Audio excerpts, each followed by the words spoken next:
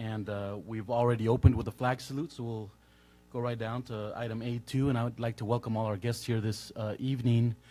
¿Habrá necesidad para traducción al español?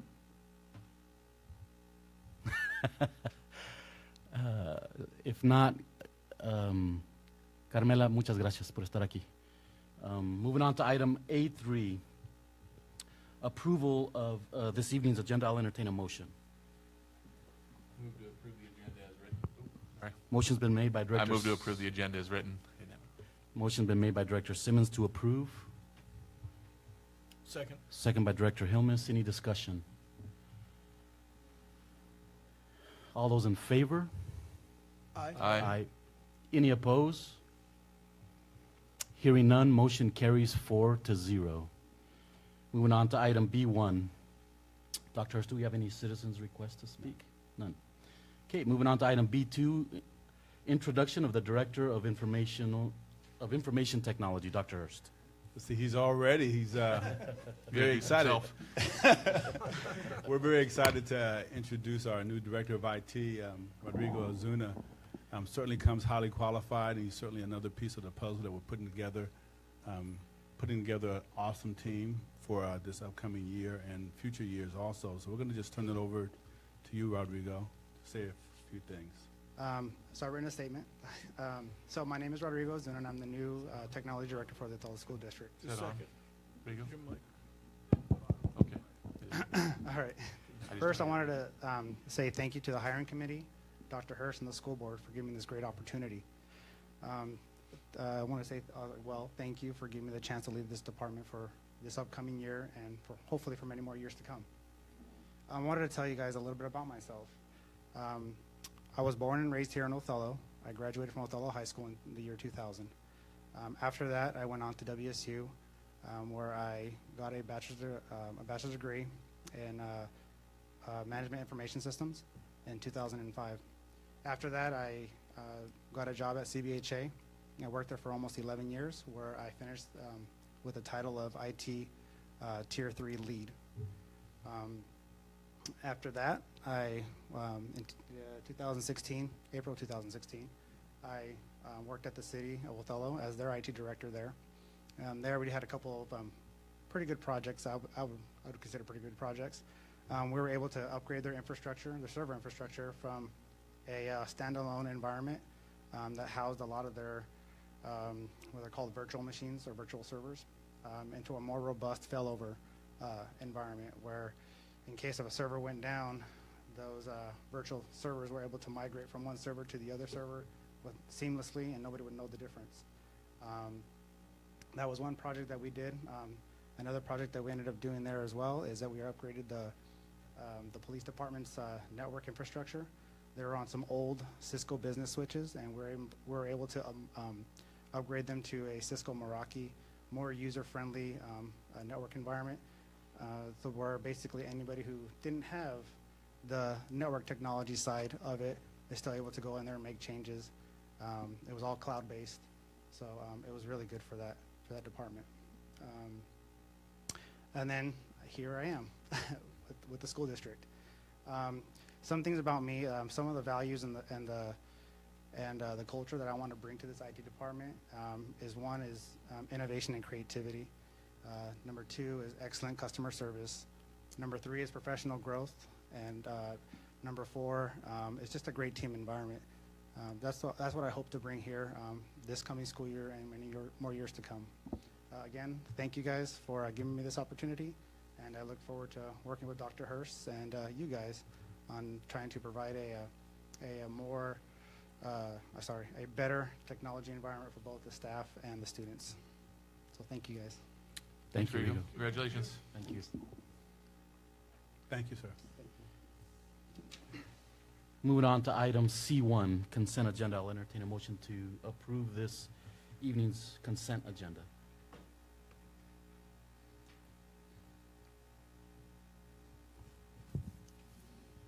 I move to approve tonight's consent agenda. Motion's been made by Director Mike Garza to approve. Do I hear a second? Second. Second by Director Hilmes. Any discussion? Yeah, I have a question, maybe a couple questions on the technology purchase. So I'm excited to see that we're purchasing more Chromebooks for our one-to-one initiative. One of the things, from what I could tell from this, it looks like we've got 450 Chromebooks that are really capable of touch and tablet, right? And that's for the younger kids that can't keyboard yet. Is that Yes. correct? And then another 350 for a total of 800. Now, where does that put us on the spectrum of one-to-one? Can anyone answer that? You answer that, Pete?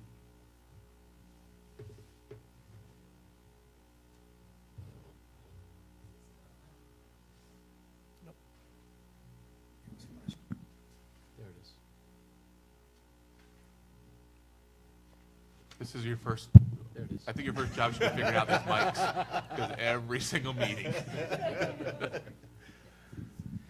So as we transitioned in the tech department and we, Rigo came on board, and certainly we connected with the staff that were currently there. When we sat down and talked about the rollout for these machines early on, prior to Rigo's arrival, the decision was made around the touchscreen usage for the elementary. So I want to speak about that component. It was a real specific conversation with K-1 teachers and what was more user-friendly for that student population. The total number, though, we expect by the end of September, I think we feel relatively comfortable rolling that out, that we'll have enough devices in our environment so that every student every day could have access to a Chromebook. All right, thank you. Any other discussion? Not all those in favor? Aye. Aye. Any opposed? Hearing none, motion carries 4-0. Moving on to item C2, Superintendent Report. Dr. Hurst. Yes, we have a number of items to share out with you. The first four, we're going to share, turn it over to Gina Bullis to talk about budget presentation, tennis courts, the portables at MMS, and the facilities online survey results. Either way is fine, Gina.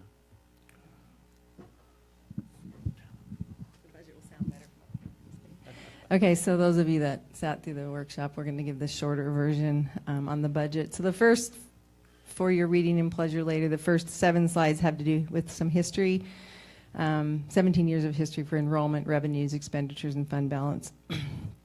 So basically this slide gives a shorter version, but it gives just a snapshot of the activity for the last 4 or 5 years of revenues, expenditures, fund balance. And I'm just going to take a couple minutes to look at those, the big red number last year, 16-17, for the benefit of the audience. The budget last year was projected with a deficit, which did not occur. We had additional basic ed, special ed, bilingual revenues that were generated. We received class size reduction monies that we weren't anticipating. So in that, basically the year ended up being in a, or will be in a positive. So it's just important to point that out. And on your own, because you can access this on the website, you can make it bigger, and those notes at the bottom provide that information. So you can go ahead and move on. So this is, again, just the presentation of the same information, but in a graph format. Some people are table people, some people are graphs. So go ahead. So the next several slides really deal just with, there's some comparisons for the last couple of years, but dealing with all funds. We have the general fund, capital projects fund, debt service fund, and the ASB fund. So the district always provides a comparison to the prior year's revenues and expenditures, and so we're going to look at revenues first. So we're looking at a $55 million revenue for 2017-18 in the general fund. Very little revenue in capital projects, and really that just comes in because we rent out a portable to the ECAP program through the ESD, and so that's where that rent comes in. Debt service fund, that is property taxes that are associated with our bond. Annually we have a property tax in order to make the bond mortgage or the principal and interest kind of like a big mortgage payment. And then ASB and transportation vehicle fund. So go ahead, the next slide please. And this is just the percentage of our general fund. So basically we're going to kind of like think about peeling back a layer to see deeper into the budget. So in our general fund, which is the majority of our district revenues and expenditures, this is a breakdown of where our revenues come from. So 2.9 million comes from our local levy. Just a little over $500,000 comes from local non-tax support, and that's a variety of dollars are like donation money, E-rate dollars, community school monies, those type of things.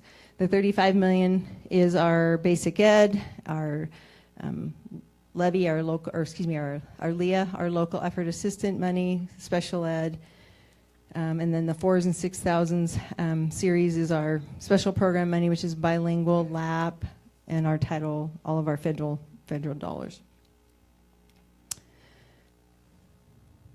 And this just takes it even a layer deeper, and it gives a breakdown of where the dollars come from. So one thing I'm going to point out that might be a little confusing is the actual variance for 16-17 to 17-18 is $6 million. This was our budgeted for last year, $46 million, but we actually had closer to $48.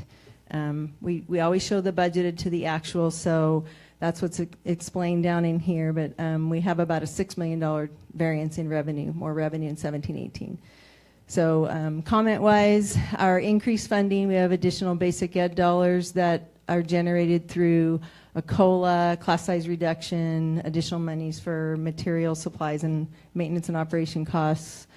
The district receives additional LAP and bilingual and special ed dollars over 16-17, and some additional program dollars. Go ahead, please. And then again, this is just another way to look at it. It's so about 80% of, actually we're into expenditures. So similar to our revenues, categorically, we start very high and then we'll break it down into where these funds are spent in activity codes. So 78% of our district dollars go out in salaries and benefits. So that's all categories, classified, certificated, and administrative. Hold on just a minute, please. Capital outlays around 2%, purchase services 10%, and supplies, instructional resources are 7%. I'm going to pause right here because I have two people in the audience that I do want to recognize, because putting together a $55 million budget is no small task, and it takes a lot of hours and a lot of brain cells. And so Angie Garza and Amy Suarez are behind the scenes working from about April until, well, July 1st we were pretty much done, and then I said, oh, we get to recalibrate it, and now we're gonna rally and pull into our budget what the state just passed. So we really need to be appreciative of, I stand up here and give the report, but I have outstanding staff that are behind the scenes working the numbers, and they have their own nicknames, like some of them are Eagle Eye, they catch everything, and so we just really, really, really appreciate their support. They help keep me sane. Okay, so go ahead, Leah. This is a breakdown, this slide and the next slide break out the expenditures even further. So the $55 million is broken out into regular instruction, special ed, the different programs, federal and state, and so the dollars that are represented here for basic ed, that's everything basic ed. So that would be salaries, benefits, technology, everything scooped up into that. So we'll be looking at some more detail on further slides. And again, so the variance of $3.3 million, we're going to spend a little time there because I think that's important for people to know what hits there. We had a COLA, 2.3% for not just teachers, but classified staff that are funded there. OEA in 2017, we had their second year of their contract, there was a 5% increase. So 7.3% on certificated staff plus benefits. We added 14 certificated staff across our grades. So in elementaries, middle, and high school, there was 14 additional certificated staff. An additional expanding our mentor program, professional development. We're expanding our preschool program and our career and global competency. So there's dollars that are put into those new programs. So and in vocational, very exciting. We have expanded into the middle school this year with a vocational CTE science class, STEM class. And we've also added some vocational STEM courses at our high school. So that generated more FTE of students because the students enrolled, which generated more revenue, which generated more expenses because we have additional staffing and material costs and equipment costs and curriculum. So that's the increase there. And our compensatory programs, those are all of our federal programs, so Title I, migrant, bilingual.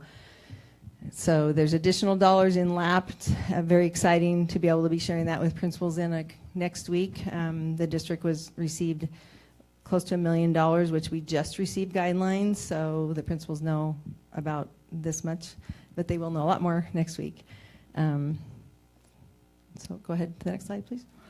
This is basically we have additional bilingual dollars that are specific for our bilingual students, and then support, the difference in the support budget for 17-18 over 16-17. These are the areas. We expanded our HR department to better serve. We're a growing district, and to be able to better serve that.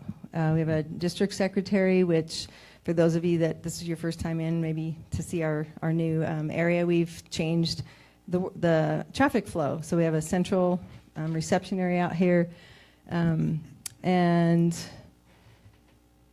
utility costs went up because of they just went up. We budgeted more for this year. We have a portable lease for the middle school.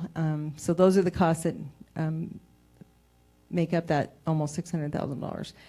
Food service is growing. We have more kids. The food service program is growing, and transportation as well. So all of those costs feed up. I'm usually a person that adds down. This is a program that pulls all the costs in, so it adds up. So if you're wondering where the total is, it's at the very top. Okay, so I'm going to spend just a few minutes on this to give people an idea of how you can know what's in these activities. And then certainly if you have questions or need more information, can let us know. So with a 3-year comparison, we'll upload a new one where this is expanded so you can actually see the number.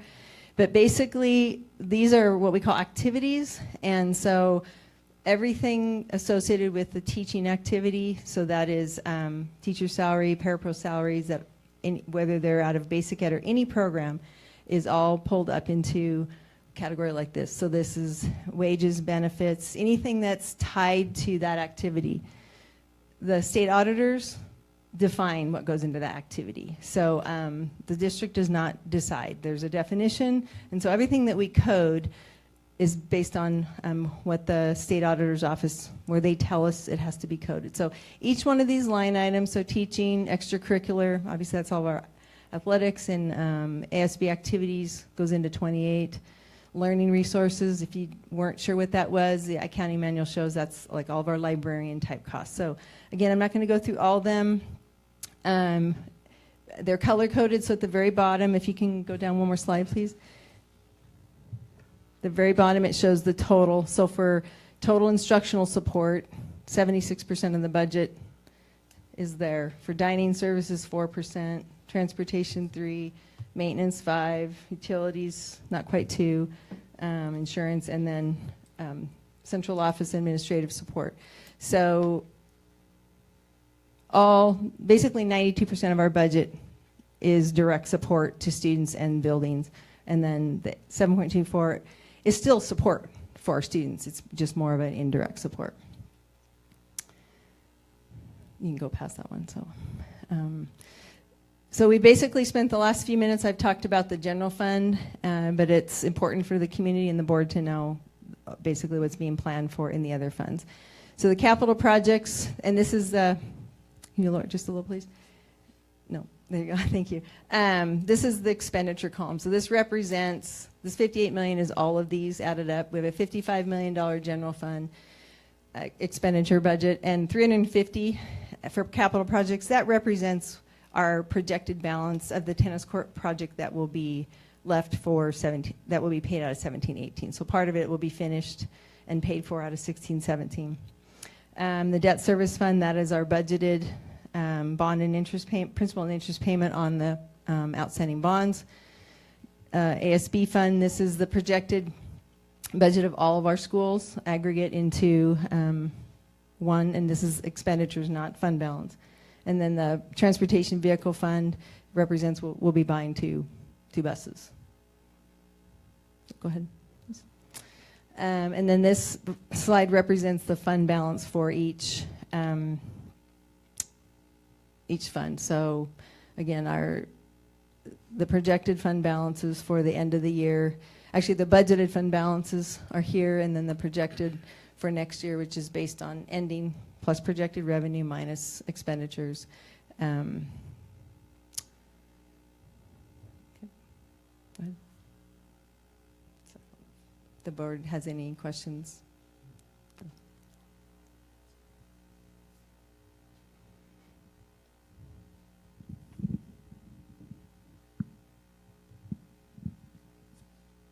Talk about the tennis courts.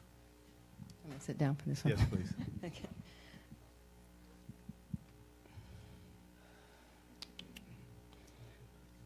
So the COP log. Yeah. So could you make it a little bigger, please? So the contingency on the tennis court project was $24,900. That was in the budget that was presented to the board on July 10th.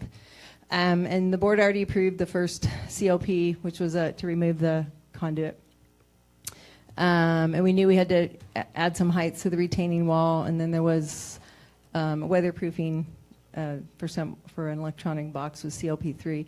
But tonight I wanted to bring to the board, there's a retaining wall that the city is requiring that we bring down 4th.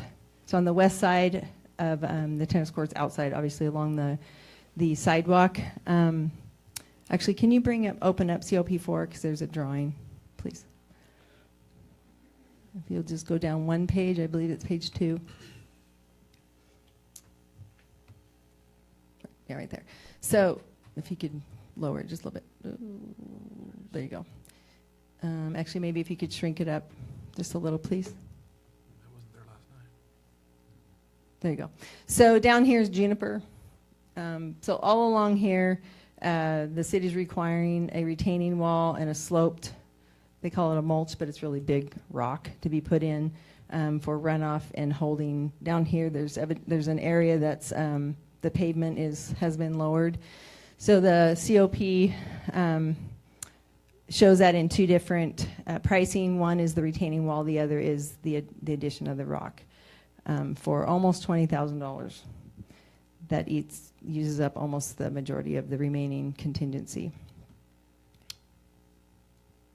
I did ask the architects, because had this been included in comments prior to bid, whether or not the pricing would have been more competitive, and the pricing came in at, I believe it was around 23. Is this by square foot? And I was told that was pretty competitive, according to Dale Gerhardt with Architects West. So. Of course he's going to say that. So my question is, why, or when did this come in as request, and why? So it just came in last week, right before us getting the board packet ready. So again, the comments, so some history. The bid documents were provided, construction documents were provided to the city middle of June. Bid date, the first part of July, I think July 6th. We just got comments back in like a week ago. And these are requirements that the city's asking, or basically requiring the district to include in the project. Why was it so late getting to the city? I mean, The documents were given to the city as soon as they went out to the. right, but why weren't they given before they went out, for them a chance to review this before it went out? There's a consider they started. They went out. Well, they went to the. I know I'd have to look at, and I can look at my email, but I know they got them before they went out, Right. because we had the fire department document, or fire department comments were back to the city. Generally, we give them to the city so they can give us comments before we put them out to bid. I can look in my email to see what date Architects West provided them. Obviously, this is something that needed to be done, but the city would have requested that. I don't have an issue with that. It was, what bothers me is that we've eaten up almost our entire contingency now. I think we have 4,000. There's a couple thousand left.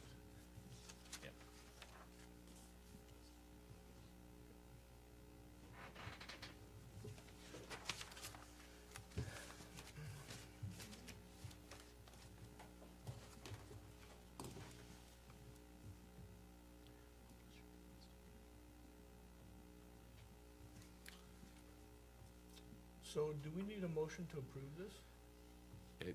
This actually should have been, I think, in general consent, Right. to be So, pulled as a separate item. So there is no agenda item to approve this as action. Is it something that needs to be approved today, Gina? so I know in the past, I don't know if I have authority to approve up to $10,000 in change orders, and the superintendent has a 25. So this doesn't reach 25. This was more of an information to the board of what was being put to the school district. That's So- why it wasn't as a consent agenda. So it's not required for approval? No. Okay. Thank you.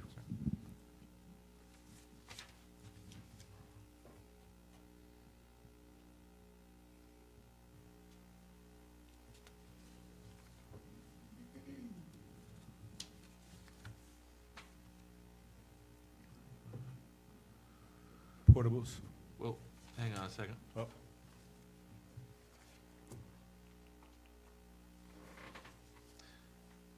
It's adding up to 25, over 25, if I'm looking at two things, right? 11.5 and 14.6? No, I think it's 11 and 8. 11 and 8. What's Joe's excavation? It's probably a combination of both. He's probably got some of both in there. That'd be my guess. 6 and 8 for the initial. 11 and 8. Well, that's what it is. Yeah, it's So 6,600 of the 11 is also in Joe's excavation bid. Yeah. Okay.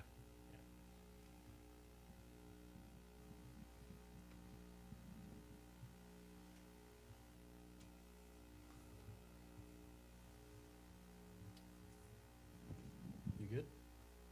Yeah. Okay. Okay. Moving on to the Placement of portables, the- yeah. Yeah. So I'm not 100% sure if this was, at the last board meeting, we provided some cost projections for moving the portables next summer, or if this was the board wanting more information on the hookup for the current portable.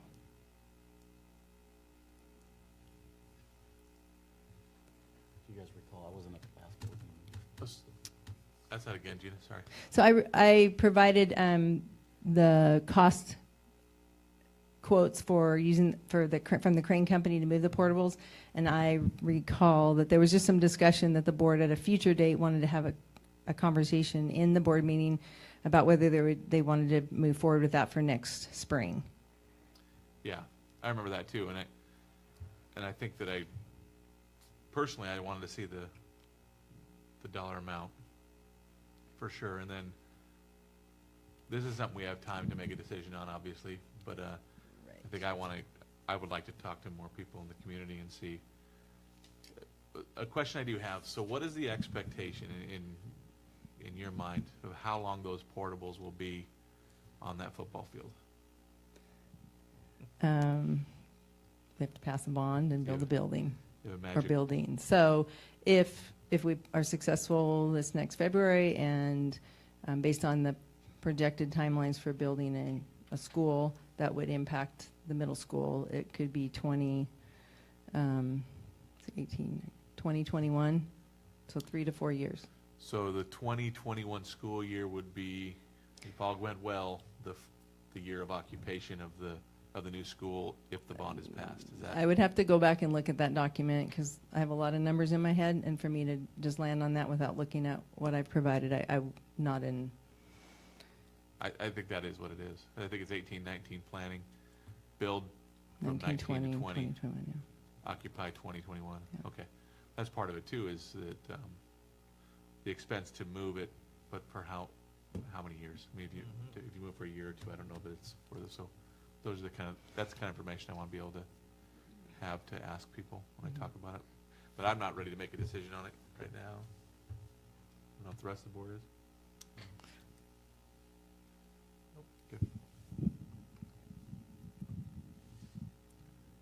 And then last thing, Gina, just an update on the online survey results. Okay, so we did I think it was about 8 days worth of online survey for facilities, and it was like a 2 or 3 question survey, and we got the results back last week. So we're still kind of synthesizing those. We have a bond discovery query event on August 22nd from 4:30 to 7. It's going to be facilitated by Lori Oberheide. She's a communication director from ESD 112 on the west side, and they help districts all across the state with this process as far as the bridging the gap between the community work that's been done to date and moving into the next phase. So that bond query event involves a group of community school district personnel and some community members, and really working to message what's the message going to be. But she will weave in the results and the comments, because they need to be addressed as the purpose of a survey. So we'll have more information on that on the 28th, because we'll be able to not only provide the online survey results, but also some feedback from that bond query, discovery query How many event. responses did we get to that survey? It was 183. Oh, good. Yep. So I've had a few questions from community members about design questions about the new facility. And so what I was wondering is, what's the plan for when the research and design committee will start their work? Okay, so on the other side of bond query, we presented, I don't think it was the last board meeting, it was, I think, one before, the July 10th one, where there's a communication marketing plan that had about 7 pages, but we only had July taken care of. So this bond query event is really, our discovery query is really a pivotal time. From there, we move into the next steps as far as pulling together that external committee and the design work. So I believe we can, if not by the 28th, the first board meeting in September, have that lined out. Absolutely. Thank you. So next, we wanted to share with the board of directors and the community just about 2 events that's coming up pretty quickly. One's on Wednesday, August 23rd. That's our new teacher breakfast. It's going to be held at the Othello High School corridor, as it was in last year. Start off with the breakfast. We're anticipating roughly around 60 new staff this upcoming year. We have our ASB presidents from both schools that will be speaking to the new teachers. And then we have Sandra Villarreal is going to just kind of get us all pumped up, the new teacher. She's going to do an awesome team building activity. And then I'll come back and I'll do the vision, and I'll do a snapshot into the future, high level, but also talk about the scope of the work for this year. And then there's going to be a bus tour. We did that last year. We thought it was great for the new teachers, the new staff. And then we really will break down into the OEA and mentor meetings. And I know that a teaching and learning team has been working very hard with pairing up those new staff members with mentors. So we're excited about that piece. And really we want those new teachers to have the rest of that afternoon just at their school sites. So that's going to be their day. And then the very next day, August the 24th, be something like we did last year. We're stepping it up just a notch. Same place, McFarland Middle School. It'll be at the new gym. Start at 7:15. We're serving breakfast, or Jeanette Root is serving breakfast as we did last year. We'll all be in our new OSD attire, our shirts, so the board also.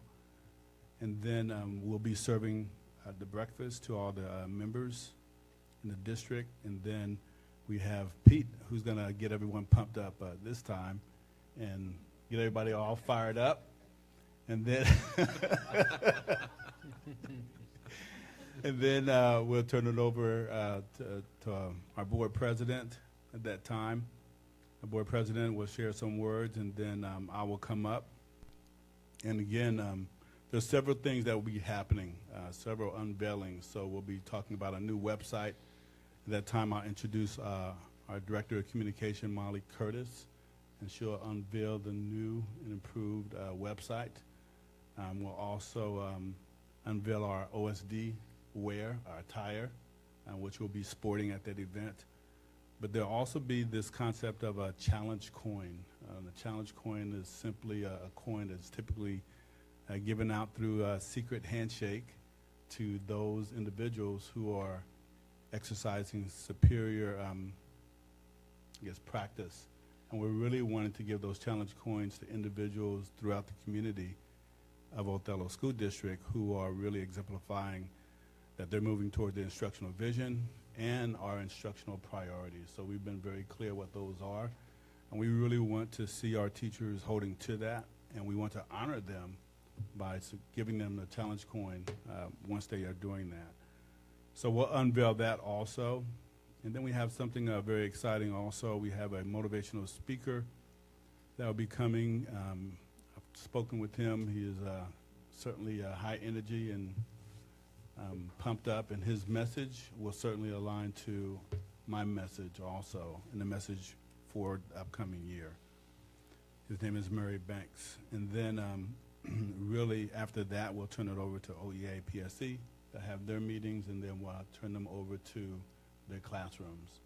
So it's going to be an awesome, awesome day for our entire OSD family. So I just wanted to just share that with you. So I just want to ask the board if you plan on attending that meeting, and if there's more than 2 of us that are planning on attending, we just need to let Dr. Hurst know so that he could put out a message to the paper. And so please let me know no later than I'll be there. next week. You'll be, I'm trying to be there. I think Awesome. I think the majority of us. That's what will I'm be there, talking about. So awesome. Good to go. Thank you. So at this time, Pete's we're going speaking, I'm not missing. Murray Banks better watch out. That's right. So I'm going to turn it over to Pete for the next item. All right. I've asked Amy Paris and Alejandro Vergara to join me this evening. They're going to share components of this discussion that we're going to have about Board Policy 2410, high school graduation requirements, specifically the senior project graduation requirement. This spring, we were able to learn from Shirley Hawksbergen and Sammy Rocha at Othello High School, 2 of our senior English teachers who have spent many years working towards this graduation requirement that we've established. And Mr. Vergara and I met with them and asked them to go through the strategic vetting process. So they spent a significant amount of time and energy in submitting a proposal to us, and the commitment that we made to them was that we would bring that idea to the board, and so that's what we're doing this evening. Amy is going to provide some context from her work at OHS in previous years, but also her new role as the school to career coordinator. That's specifically her role this evening.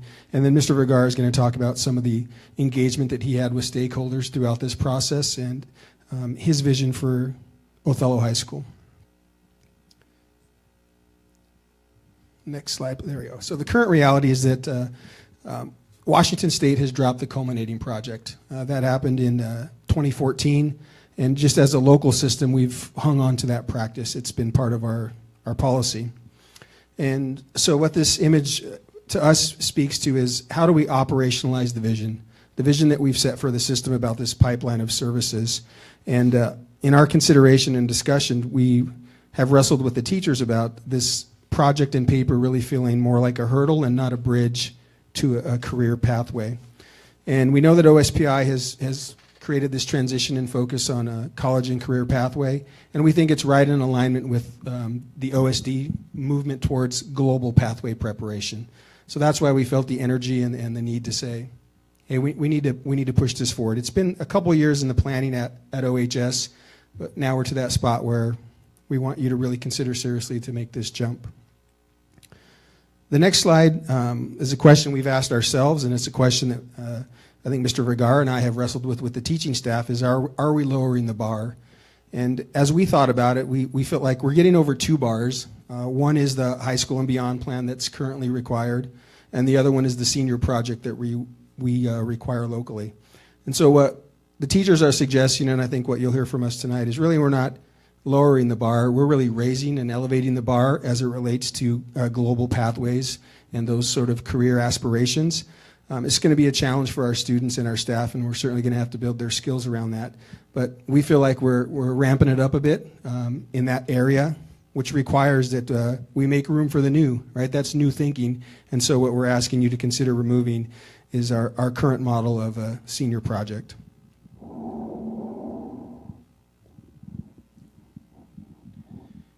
And I think one of the things that we have to bring into consideration too is that the minimum amount of credits at the state level has been set at 24, and at Othello High School we decided to build up to 26. So in 2019 we'll be requiring 26 credits. So I think that comes into question when you talk about, are we lowering the bar or are we raising the bar? So just go ahead and next slide.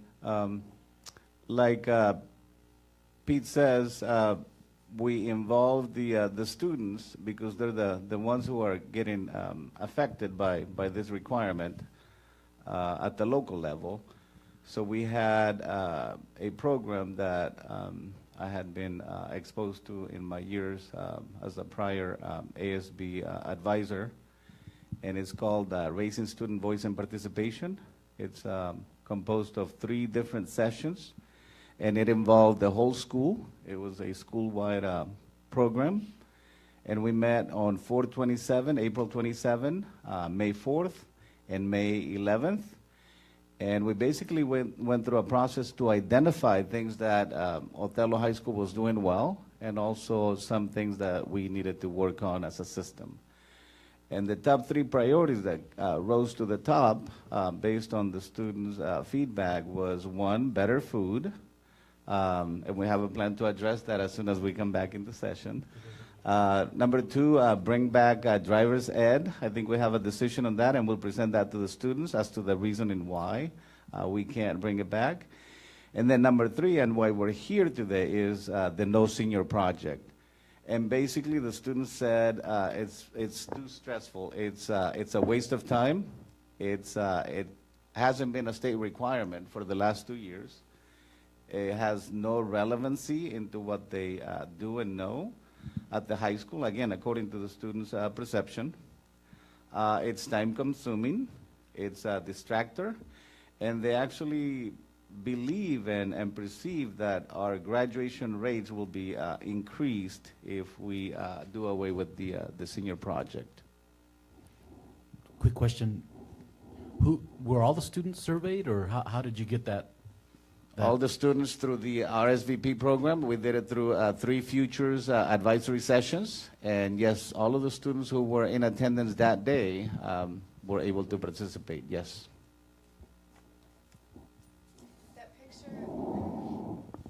The picture in the top right-hand corner is a picture of the way it was organized. So it was an activity through all of the advisory program classrooms, and then by massive process of consolidating hundreds of comments and ideas and concerns, and good and bad, it came down to those in the end. So it was probably, as far as my memory goes, the thing that the most student voice. I think you heard about it from Caden and Kara a little bit. So that was what that picture up in the corner was. All right, the next slide, I believe, is the current, the way the policy states now. And it's written based on the WAC. What is still required from the high school and beyond plan is basically part 1. And then part 2 is the culminating project. And that is what we coined the senior project and what's been in place for years at OHS. So in a nutshell, the kids have been required to do a 15-hour project from the end of their junior year, so they could actually start it that summer until, April or May of their senior year. And I'm sure many of you have been part of the panels. So, in theory, their hours, if they were related to a community service project or a research paper that they did in class, it could have been, in some cases, it was a really neat, valuable experience. Unfortunately, in the last few years, it's kind of watered down to, got to do a research paper in English, and I got to get these hours in. So you saw everything from really extensive community service projects to minimal scraping their hours together with, not real valuable things. So that's why it has been a discussion among our staff for a few years with what to do with this. And with principal turnover in the last few years, we would get a little momentum going, and then, you know, a change would be made. And so we're at a good place now where we have a pretty solid idea of what needs to happen. So we are suggesting that the Culminating Project as is scratched out.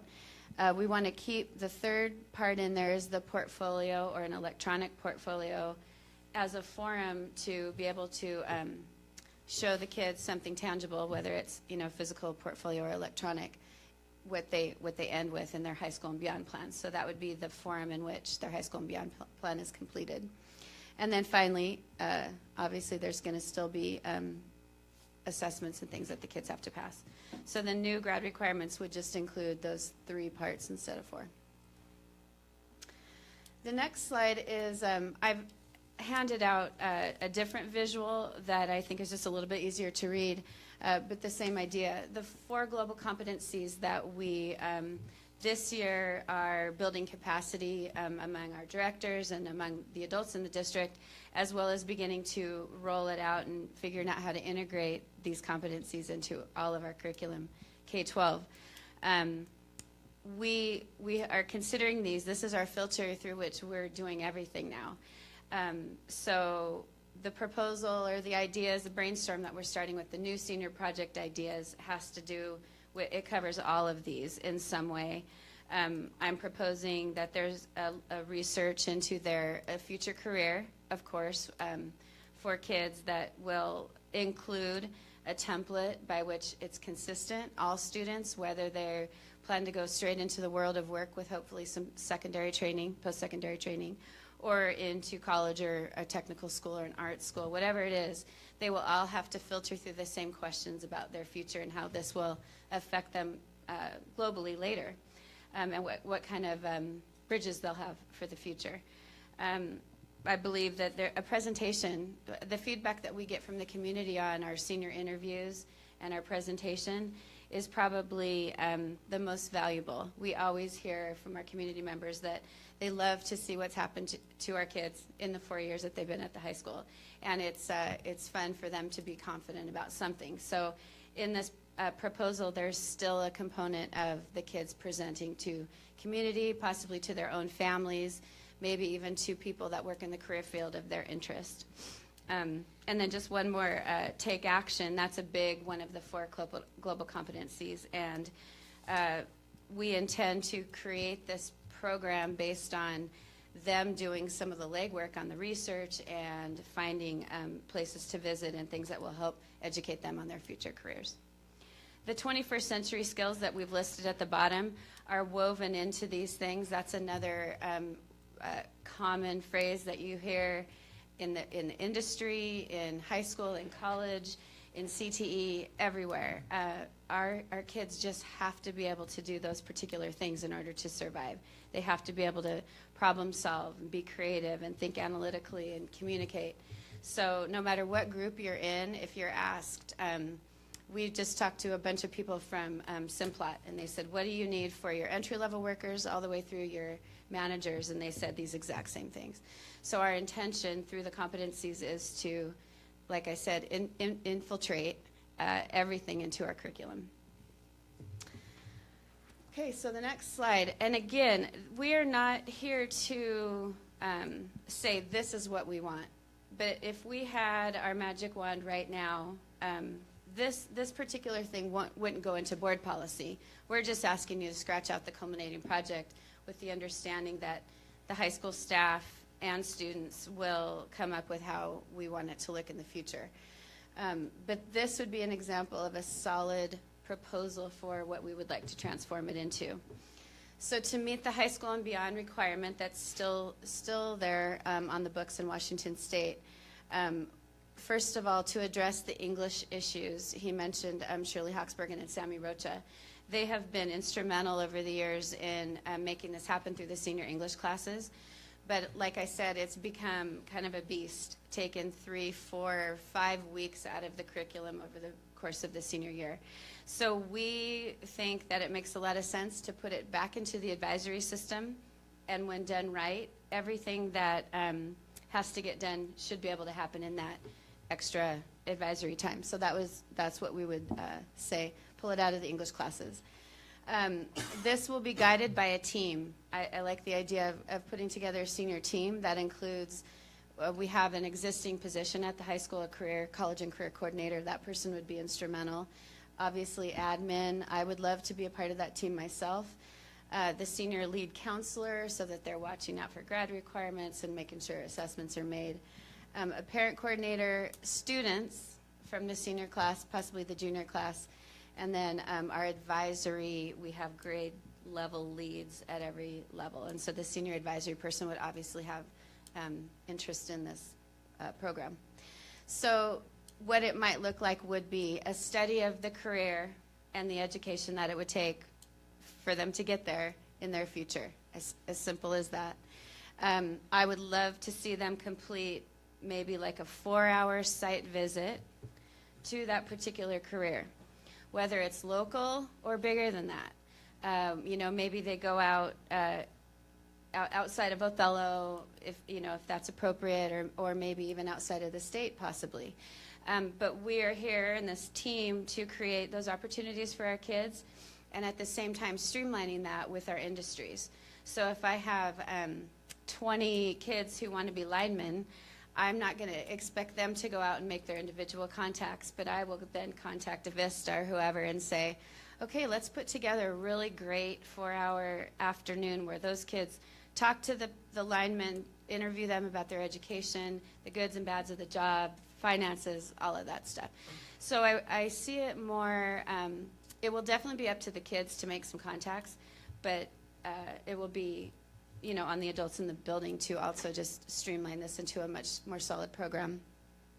And then finally, the third part of this plan, or what their portfolio would show, is the actual application where we see that they took the step to get towards where they need to be.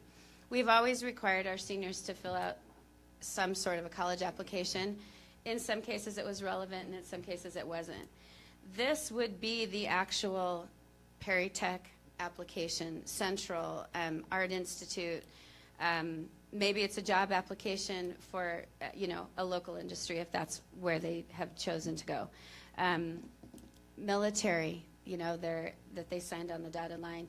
So that means that in advisory, each one of our teachers will have mentored 20 to 25 seniors through that process, with the guidance of the team. But it's going to be much more practical to actually have, a student know, okay, I actually filled out that application, and then they'll get some feedback on the steps that they're taking. And then finally, like I said before, the presentation of this to the community. And one thing, obviously, because I'm married to a middle school teacher, but the feedback from middle school and elementary school teachers is really fun and rewarding when they sit on those panels, because they had a piece of where those kids are headed. So I would like to do a better job of rounding those guys up. And then finally, so it's not such a beast at the very end of the year, I would like to see us kind of stagger this. Maybe we start the actual completion presentations in February, March, April, May, and work it so that the people that they got to work with, maybe job shadowed with, or their parents, or teachers had a little bit of time to come, and maybe they could be a part of the presentation panel. So it would mean more to them because of the relationships that they've built. So that's what we're going to present to the staff as kind of a draft or a starting point for discussion, and go from there. So we're not proposing to just get rid of it and a story, but to turn it into something more meaningful and something that is much more in line with where we need to head as a district in the future. Could you go back to slide 4? I skipped over that, but I think it fits here nicely. So what I think you heard described there, and what we're asking for, one more, if it's a visual, up again, please, that one. So really the ideal state that we're suggesting, the support that we're seeking, perhaps at the next board meeting, would be eliminate the current senior project requirement. That seems pretty cut and dried, but what we wanted you to hear was that concept about, again, operationalizing the vision and this bridge that we want to build for students that career pathway. So we thought it was important that you hear some of the brainstorming and thinking that's gone into this project already and where it might head if we get the green light to move forward at the school site level. So, one thing I would request that you change on your presentation, it is not board policy 2410, it's district operating policy. So if you're going to be looking for the board to approve the district operating policy, and we do that in general consent, but ultimately, as long as this fits into our Ns and ELs, and Dr. Hurst will determine that, then I appreciate the information, because that's good to know. I've heard different comments about the current senior project, and I think you guys are heading in the right direction with that. But just clear that I don't know if you guys were thinking you needed to get the board's. I think the intent of today was to give you the information, and then at the next meeting, that would appear in a consent agenda. Sure. We just didn't want it to drop in there and say, hey, you got our back on this one. So that Well, was really the intent. But yeah, I do appreciate the feedback on the titling of it. That's important. Yeah, and I think that I don't know that we've ever said on a district operating policy we're not going to approve that. We'll read it and maybe look for any corrections that need to be made in it. But no, I have full faith that you guys are getting a good grasp of the Ns and the ELs as well, and so I look forward to see what that new project's going to be like. Are incoming seniors aware of this yet? Or not? Well, I mean, They knew from the RSVP project, and they knew this was going to be a topic of conversation, and we also advanced to them that we were going to come and present this information to you, and that you would Right. help us make that decision. but they wanted you guys to talk about better food first, right? That was the number one. So by that, do they just want a McDonald's like embedded Yeah. into pretty much. We'll And find Taco out. Bell. the high school? I think they want to homemade tortillas. They want meat trucks. Hey, So that would be I'm great. all for that. You know, just FYI, the board's always looking for parent involvement in this, so I think that's a good idea. But then you said your senior team, why don't you include businessmen from the community? If this is about potentially not only college, but also career, why don't you include some of the local businessmen, people? Good idea. Thank you for the suggestion. Thank you very much. Appreciate Thank you it. for the presentation. We have one more item from Superintendent's Report. We're going to turn it over to Sandra Villarreal. So we have drafted an employee conduct policy, and it's pretty standard in organizations and across districts that there is an employee conduct policy or form that employees read that clearly defines what the expectations are, behaviors and so forth. And so the idea of this district operating policy is that it will go in the employee handbooks, and then employees will read and then sign off that they understand the employee conduct for OSD. So we intend to gather all of those signatures by each building come the orientation week. Is this a replacement, or we currently don't have? We currently do not have one. Really? Mhm. Wow. Interesting. I do have one maybe question or suggestion on this as I was reading through it. Most of the law that I read for Washington State, 'cause I looked it up as I read this.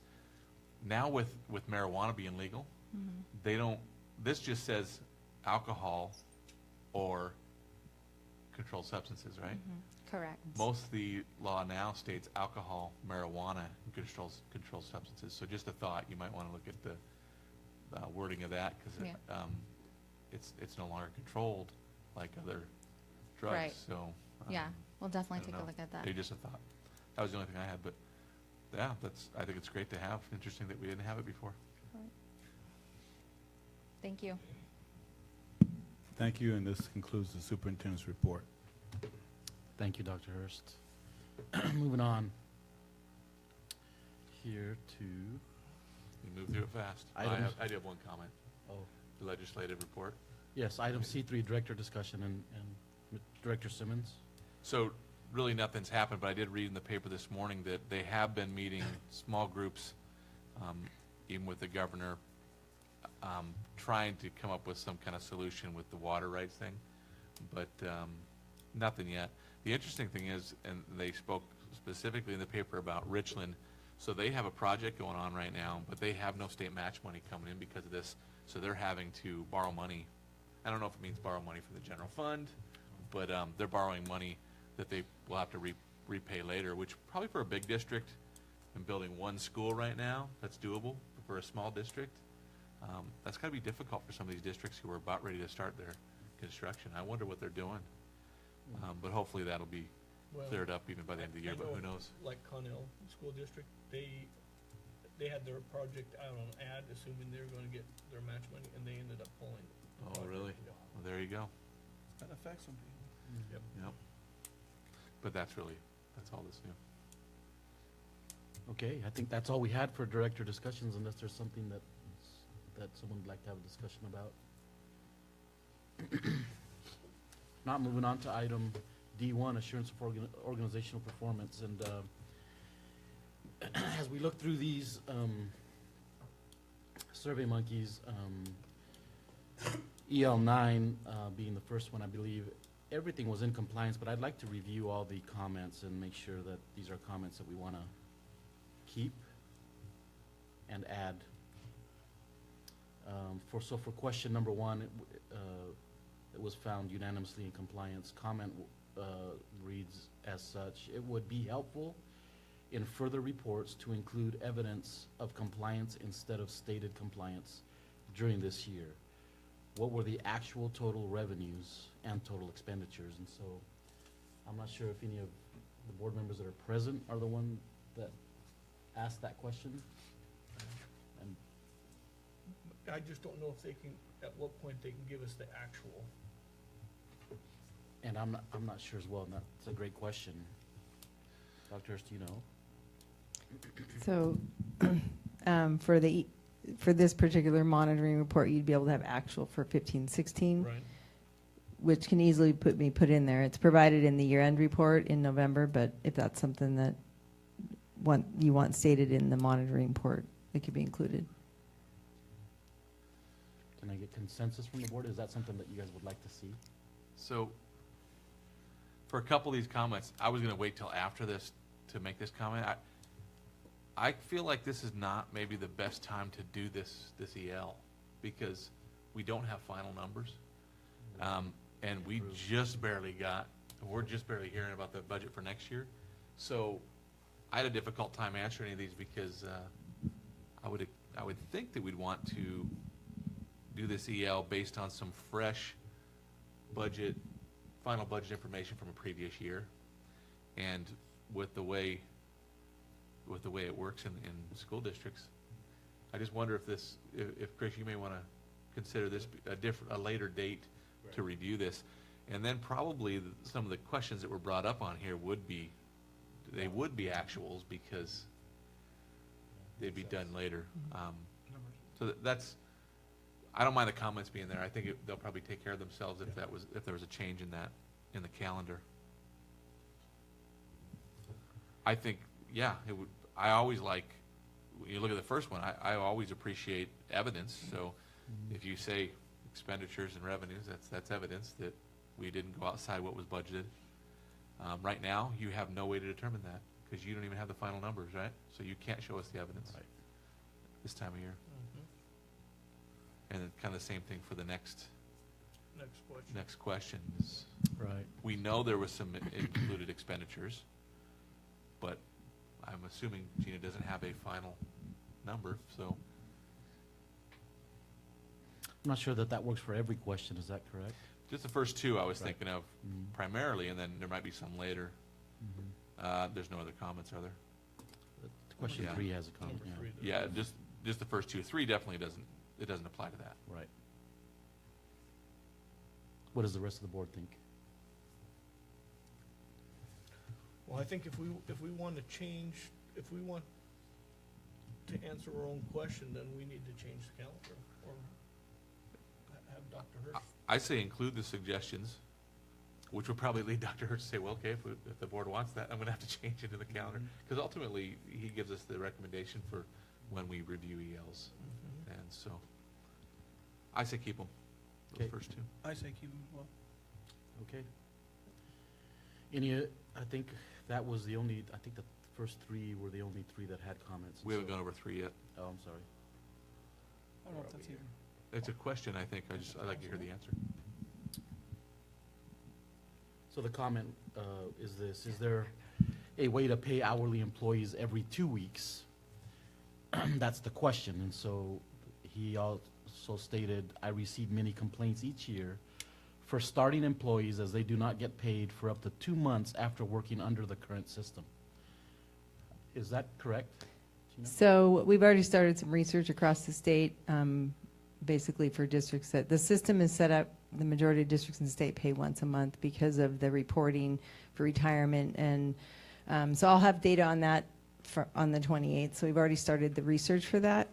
As far as the payroll cutoff, so anybody subbing in the month of September, their paycheck is going to be the end of October. They could turn in 2 weeks of timesheets the middle of September and get a very small paycheck at the end of. So at the beginning of the school year, if you're brand new, if you're subbing, not just subbing because our subs are important, but because if you're contracted, you get a paycheck at the end of the month every month. If you, the beginning of the school year, you don't have August payroll per se if you're subbing, so your first paycheck is the end of October. So, but beyond that, it's you're cycling. It's every month you're getting a paycheck, so it's not every 2 months.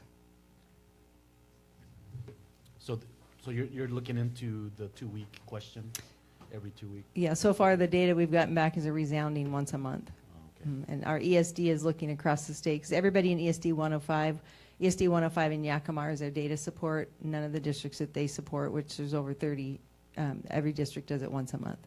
And it has a lot to do with the reporting for retirement and a variety of things. But we are checking across the state. My suggestion is to not include that comment. Right. How was it Similar question? Suggest that we remove that.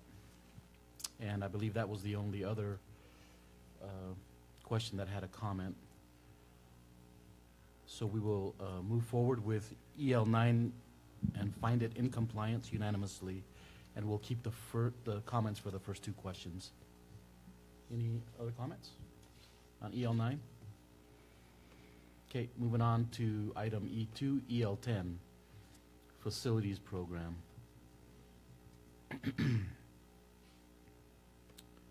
So question number one, there was 4 that found it in compliance. 1 in compliance with an exception, although we did have 2 comments. Comments read, comment number 1 reads, I did not see anything in the monitoring report that specifically addressed the 10-year plan aspect of this policy.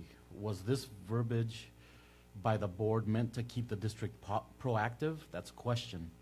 And I think that specific verbiage was changed in the policy during 2015-2016 monitoring year, but the board did not monitor this policy last August. That was my comment. Okay. If the board remembers, there was 3 ELs that we failed to monitor Right. last year. It would have been Dr. Hurst's first board meeting, and so they just kind of fell through the cracks. And so, but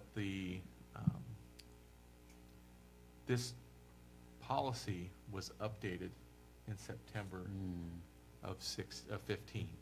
So September 15, the policy was updated, just some verbiage changes, and that 10-year plan, updated every 5 years, was specified in there. I think the old policy just said a failure to maintain a long-range plan, right? And so we went to the next policy review cycle. We never monitor it, and so this is the first time we monitored it since the change.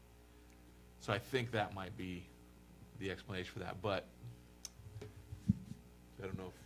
Yeah, if I could just share, we have since then looked at the policy. So what I can say is that we looked at the last year's language around the policy from the previous superintendent.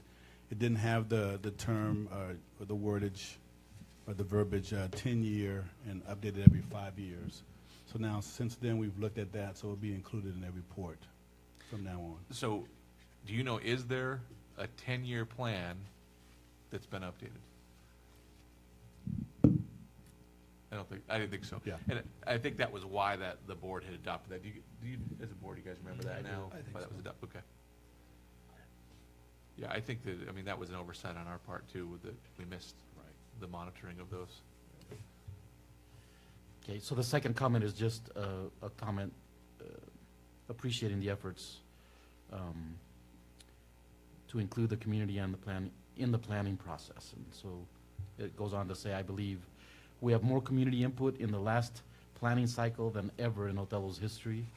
Thank you for thinking outside the box and including communication tools like Facebook Live to reach more of our community. Okay, moving on to, We I'm sorry. keep them both Are the we- comments? My suggestion is to keep comment 1. Comment 2 is just a thank you. I think it's important to have that in there. Okay. Yeah, I'd keep them both. yeah, I don't have a problem keeping. Okay. So EL10 question 1, we'll keep both comments. Moving on to question 2. It is unanimously in compliance. I'm sorry, I'll go down until there's a Question 4. question. Okay, question 4. 4 founded in compliance, 1 not in compliance. The comment reads, I could be wrong, but I don't remember this being provided to the board. The That was- question, go ahead. That was my comment. It was specifically about, it says a failure to provide the board the current plan for public use of buildings and grounds. So August 8th, 2016, there was a consent agenda. So last August, we provided an updated fee schedule. And we are basically doing a 2-year cycle for the fee schedule update. We don't, in the policy, the operating policy doesn't indicate annual. And I don't believe there's a need for annual. So there isn't one for this year, but it is on, I've checked with Cheryl and she's got it on her spring agenda for next year. So it's a 2-year cycle to review and get data back from other school districts. So we can expect a updated fee schedule next July or for an August. And that has a Approval. definition of permitted uses as well? I'm sorry? Does it also include the definition of permitted uses? Yes, so it's a fee schedule, the fee, or the facility use, and it's on the webpage as well, but I believe that was provided. Great. I rescind my non-compliance. Okay. Question 5, 4 found in compliance, 1 not in compliance. Comment reads, not addressed in report. It appears that the report addressed a previous version of this EL. Was that anyone's? That was mine. So I don't think this, I think this was, I'll go back. That most of the other ones were just some change in verbiage. I believe this was an added item in the EL. So if Dr. Hurst was going by a previous report, Sure. it wouldn't even been in there for you Right. to model. So I don't know that we have a, well, there was no evidence of an evacuation plan for the facilities in that report that Dr. Hurst provided, correct? Right, that's Does the board correct. agree with that? Yes. Okay. That was what I was finding out in Mhm. compliance, was there was no evacuation plan. Or no, They Proof didn't of what? provide us evidence. yeah. So do the other board members want to change?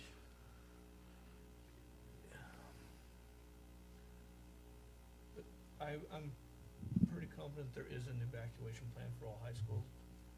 Now, because he didn't provide it to us or show us evidence, I guess that, That is the specific question, though, to provide to the board. yes, And so, that'd be not in compliance. right. So I would change my answer, but I need a consensus from the board. You only need 3 of us. Oh, did you I agree? agree. Okay. So question 5 is not in compliance. Should probably, well, Where if that, does it state to the board though in the question? Well, all yells All are he's supposed gotta to be present us evidence. brought to the board. I think there 'cause- should be a comment that it is, that it wasn't provided, whether or not, I don't know if there is an evacuation plan or not. Dr. Hurst put this, it wasn't in the report evidence. That's what I would say. So at each school site, the building principals are responsible for communicating the evacuation plan to their students and their staff. So I know that those documents live and those practices are visible in each of our school sites. We also have opportunities throughout the year to have Adams County Fire Department and from time to time the Othello PD visit our school sites and review those plans and make sure that the facilities and the plan itself promote student safety. So I see what Mike's asking, and it does say a failure to provide and maintain an evacuation plan. That could be providing an evacuation plan to the building itself, to the staff of the building. It could be read that way as well. I'm really just going off, I didn't see any evidence that there was one at all, because it wasn't even, Whether it was to it wasn't in the buildings or report. board. Right. Yeah. Okay. So I'm sure that can be corrected Yeah. very easily. Any other comment? Okay. That ends EL 10. Moving on to item D3 EL 11, asset protection.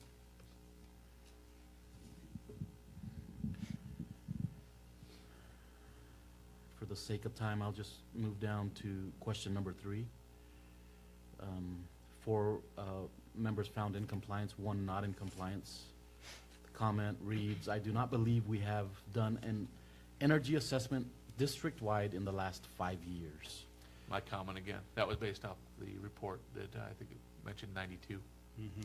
I have some information. Go ahead. Okay, so in March 24th, the March 24th, 2015 board meeting, there was documentation provided. McKinstry did a utility analysis that was provided to the board showing basically benchmark utility usage and a couple of our buildings that were above usage, and they provided some recommendations that Greg has worked with them on resolving, with the exception of the high school 600 wing, because that was one of the areas that was identified as not efficient use, but also knowing that that facility's up for potential remodel or replacement. So the other 2 facilities were Ludocaga, the far east wing that was not addressed in the renovation from the 2007 bond, but there's been units that have been rooftop units that have been replaced, and then the Early Childhood Development Center was also identified in that that report. So between that and the commissioning that's been done on the buildings and the renovating, that I believe meets the energy assessment requirements. Was that in the report? Yeah, I agree with you, and I remember seeing that, Gina, but I'm not sure that it was in the monitoring report. And so that's what we base our compliance or not on. And so that's the reason that I think I agree with that comment. So, actually, I thought I put that comment, but Stuart was thinking that he might have put that. He could be right. I wanted to ask the board to help me on this. There's 3 ways that we monitor compliance: through monitoring reports, through direct inspection, and what's the 3rd one?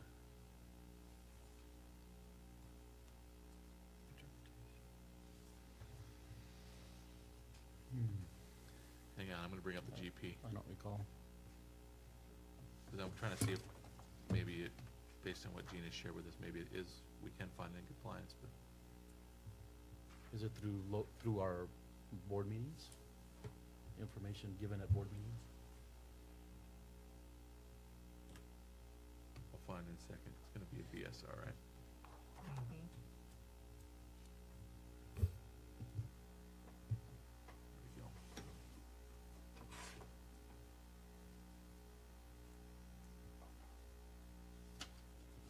Okay.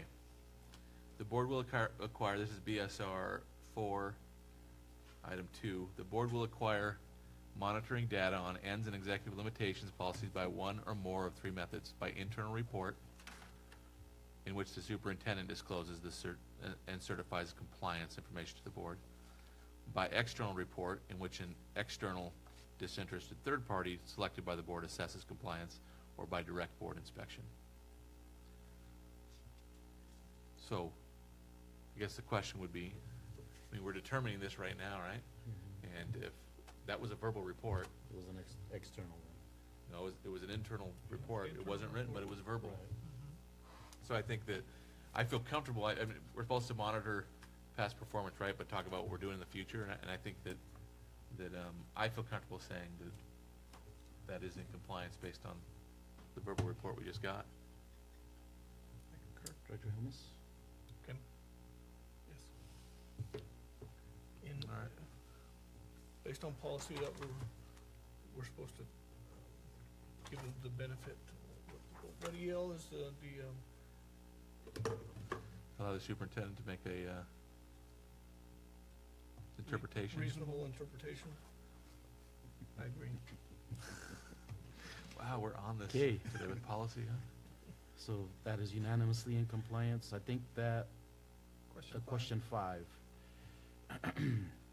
4 found in compliance, 1 not.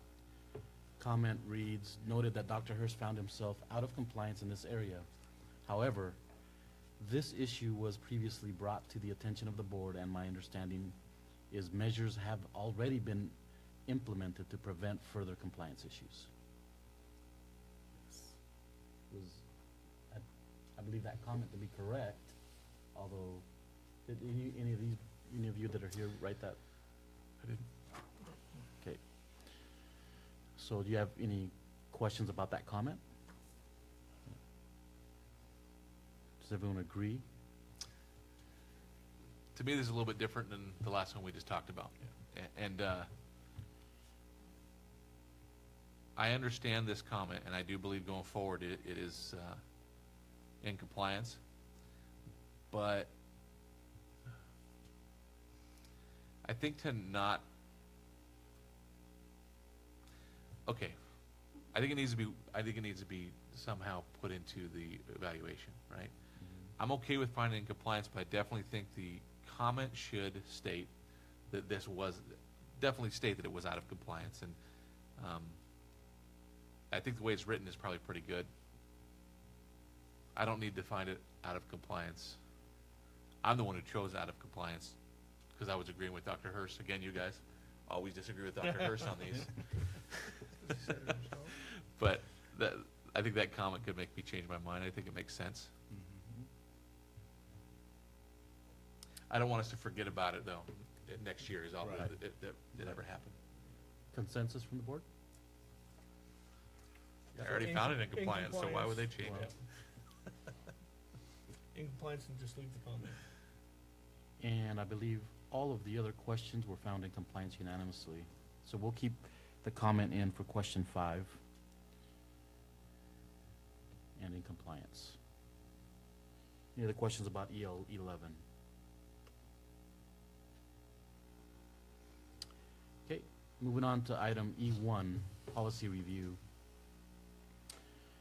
And I will ask the board for any recommended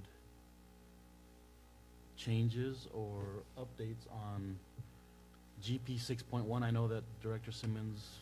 So I dropped the ball on that. I was supposed to come up with some verbiage for that, and I didn't. I apologize, and I'm going to leave myself a better note this time to do it. Okay, we will include that in policy review for our next board meeting, please. Item E2, GP8, and as you guys notice, all the changes that Director Ashton made to this GP are still located on board docs. I know that the board was going to take some time to review all of these changes and suggest any additions or deletions to his changes. And so the fact that we didn't get any recommended changes to what Director Ashton has provided for us tells me that we're all okay with the changes to GP8? No. Okay. When will we get your... Right now. Okay, let's talk about it. It's been two I don't know. I'm meetings so speaking far. for myself. Just because I didn't submit a written version of what I thought, I wanted to have some discussions about specific items in here. And I had all the notes on my iPad, and then I came here and used the Chromebook. So I'm going to try to go through and remember. There's a few spelling things, but I'm not going to get into that. Same We ones from last meeting. I mean, yeah, I mean, it's Tony, so I'm sure he'll listen to this later and hear me give him a hard time.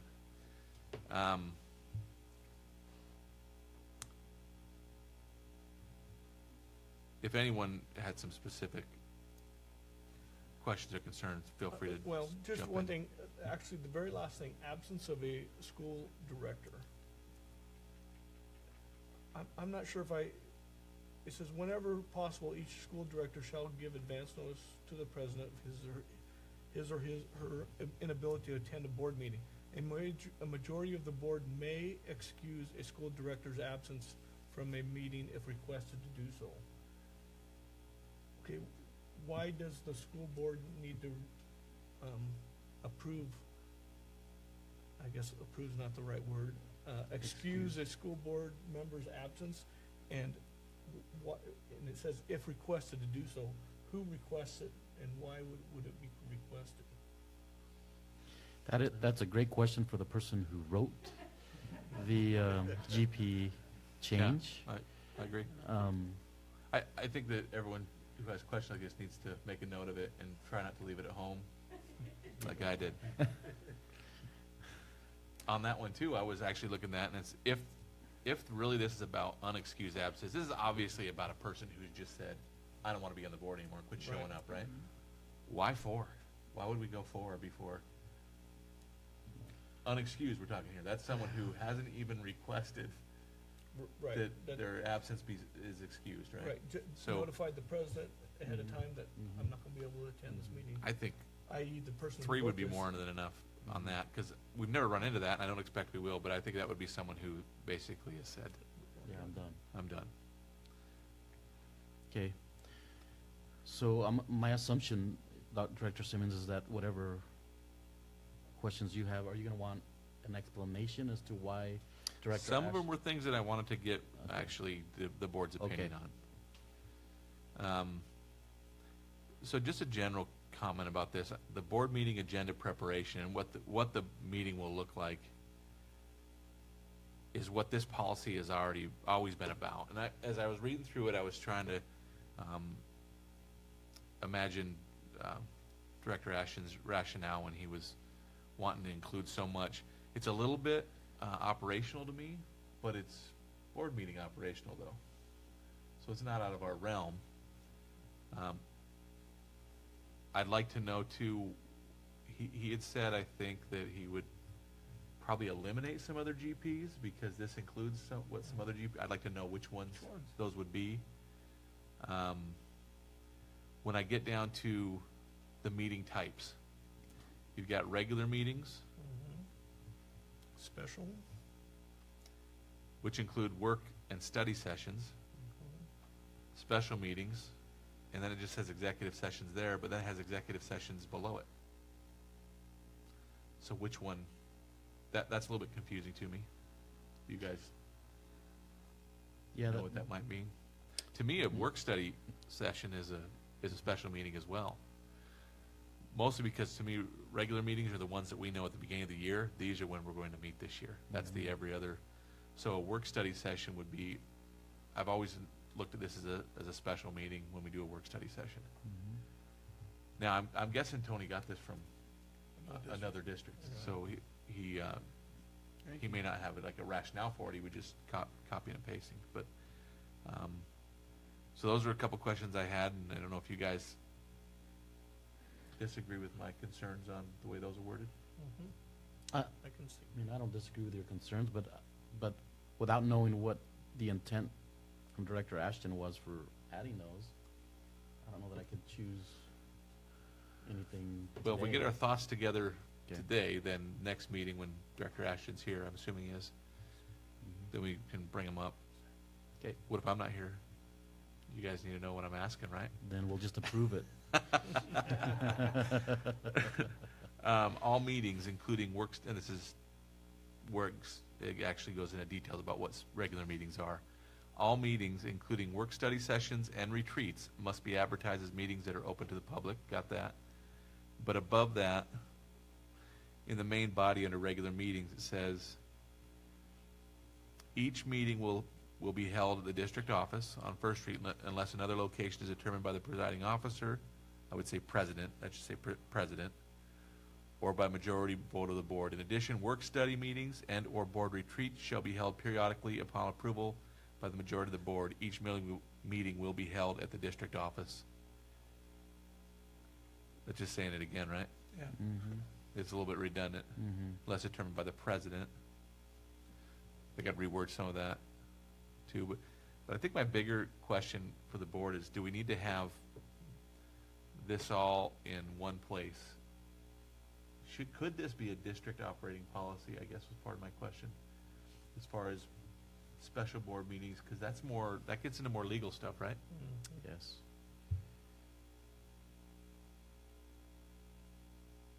The exempt meeting, that all I'm sure is backed by RCW or WAC.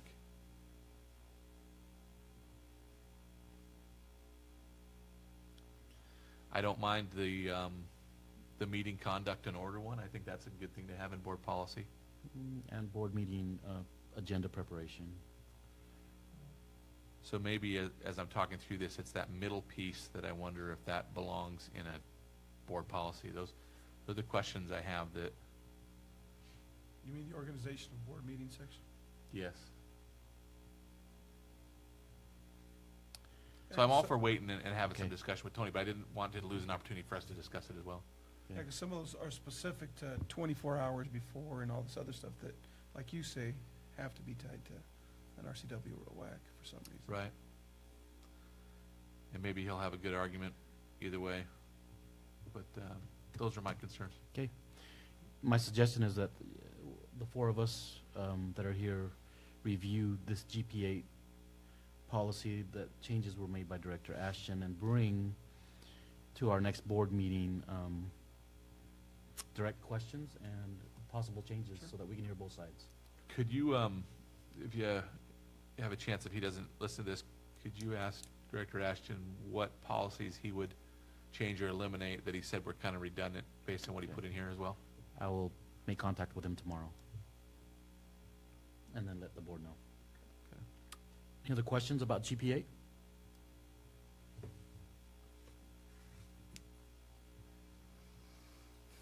Okay. So I move to table GP, or item E2, GP8 agenda planning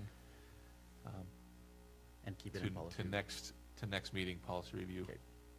Second. Moved by Director Simmons to keep GP8 agenda planning in policy review, seconded by Director Mike Garza. Discussion? All in favor? Aye. Aye. And there was no motion for Right. item 1. I just realized when I did that. So, Out of order, but so motion carries 4-0, so I'll let someone else motion for GP6. I also move to table item E1 to the next board meeting. Second. Moved by Director Simmons to table GP 6.1, seconded by Director Mike Garza. Any discussion? All in favor? Aye. Motion carries 4-0. I don't think we need to do a vote on that, actually. Okay. Moving on to item F1, we will have an executive session for the purpose of staff evaluation for approximately 5 minutes. There will be action taken after executive session, and so. So the executive session is going to be 5 minutes long? Or you want to recess for 5? Oh, no, I'm sorry. I want to recess for 5. Executive session will take approximately 30 minutes, sorry. And there will be action taken. So we will take a 5-minute recess and come back into executive session.